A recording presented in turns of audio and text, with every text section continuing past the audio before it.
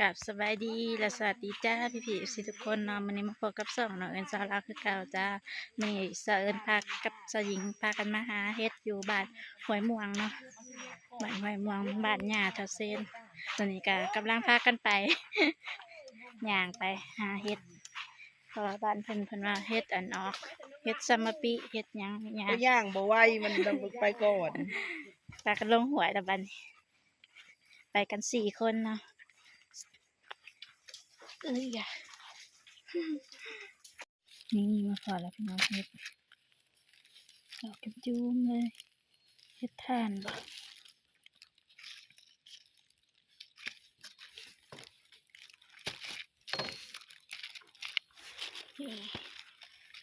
นี่หลายๆดอกเลยได้มีแต่ดอกใหญ่ๆแบบนั้นใหญ่แล้วก็ดอกบักใหญ่จนเต็มกระตาแล้วรอไปเรื่อยๆพี่น้องให้ดองเราเก็บโอ้ยยังพกหนาวเสียนะเด้อเสียเนาะสยิงโอ้มาอันเด้อสยิงก็ได้โอ้ยคนมันมาพอแล้วมันจะขี้ดิ้นเลยเดี๋ยวมันละสีแนวนี้เฮานี่พี่น้องพอแล้วเฮ็ดจะเฮ็ดนะเก็บไปก่อนเอาเหลืองพ่อแม่นบ่เฮ็ดขาสยิงพ่อแม่นเฮ็ดขาบ่สยิง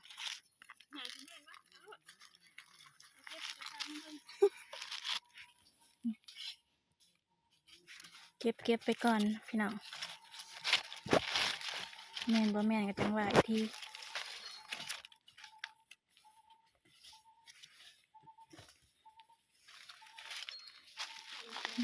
นี่มันบานแล้ว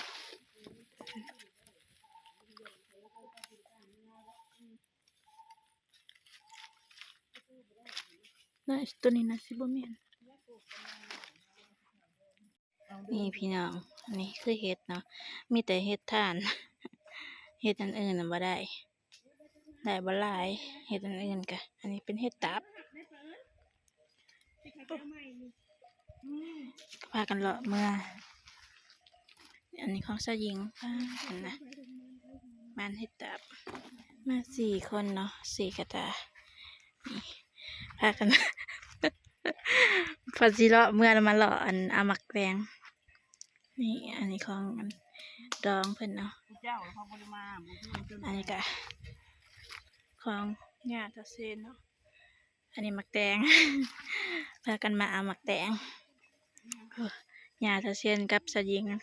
ก็ไปเอามักแตงเลยเจอนันลัดเอาอยู่นอก มักแตง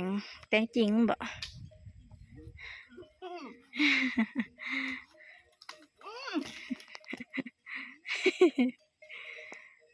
เขาปลูกได้เสียงกระลงมากระลง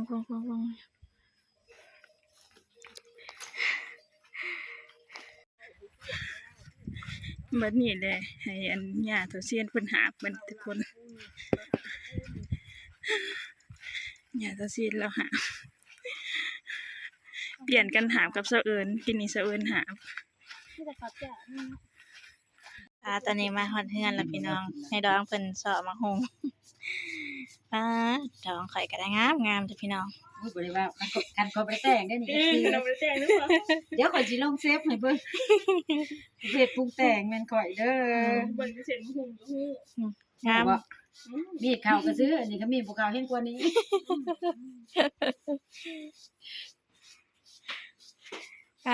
เชนได้ยังนะเชน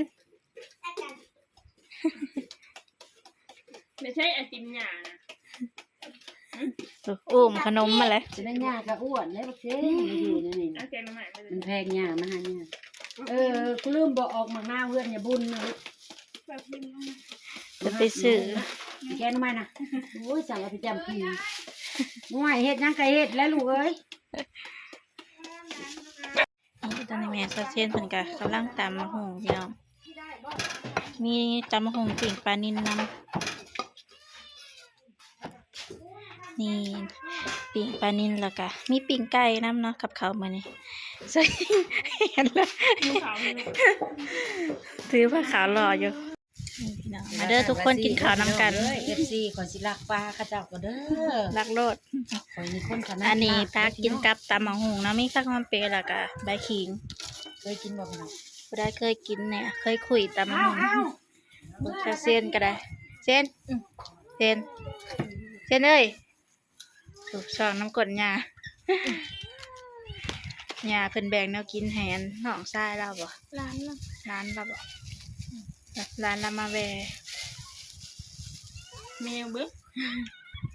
มันได้แขกลงมือก่อนได้หนิไหน สวัสดีมาเด้อพี่น้องกินข้าวนำกันทุกคนมาเด้อมานะแซ่บบ่สยิแซ่บแล้วนอกกินตาม แมวเราละลายหลายเงี้ยวอยู่มาเด้อทุกคนกินข้าวนำกันคุดกิโลกับน้ำไม้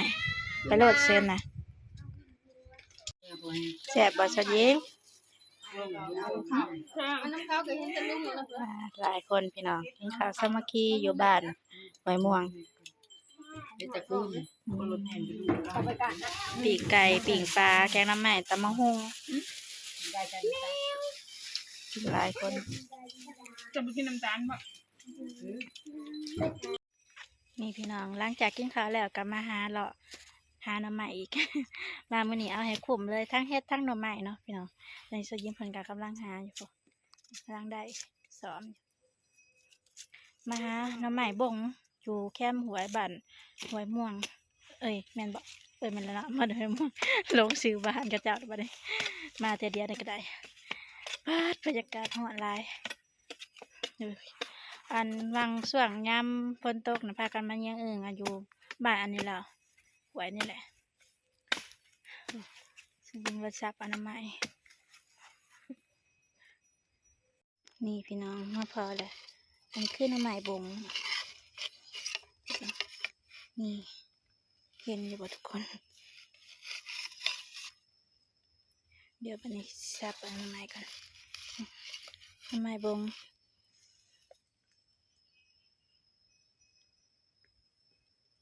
นี่ทุกคนได้แล้ว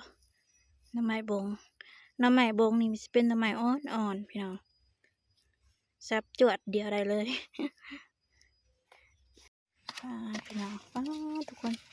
น้ำ หมาอันนี้น้ำมาทำไมวันนี้จะอ่อน หน่อไม้บงมันดินทรายมันถือกันเนาะ แม่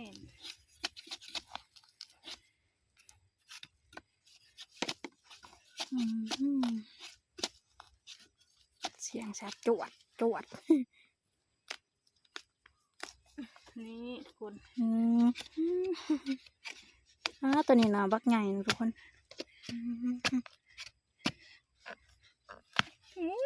ขักอะไรน้องเลยมาต้มแซ่บๆนี่ปลาตัวผู้ดีได้6 หน่อพี่น้องก้อนนี่นะสังเกตมันจะยิงเลยเงินหน่อยเงินอย่างพี่น้องได้6 หน่อ คุ้ม ขุ่มแห้ง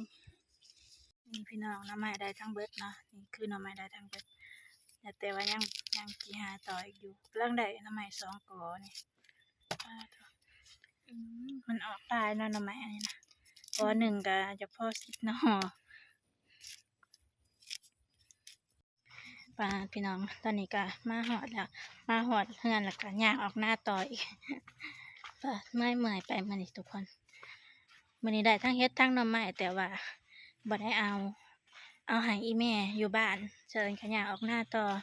หน่อไม้ก็ให้ซอยิงเพิ่นต้มโอเคเนาะพี่น้องสำหรับคลิปนี้ก็จะได้ขอตัวจบไว้สำนี้เนาะขอบคุณขอบใจทุกคนที่แวะเข้ามาเบิ่งมาชมเนาะสำหรับมื้อนี้ก็ขอตัวลาไปก่อนก็สบายดีและสวัสดีจ้าบ๊ายบาย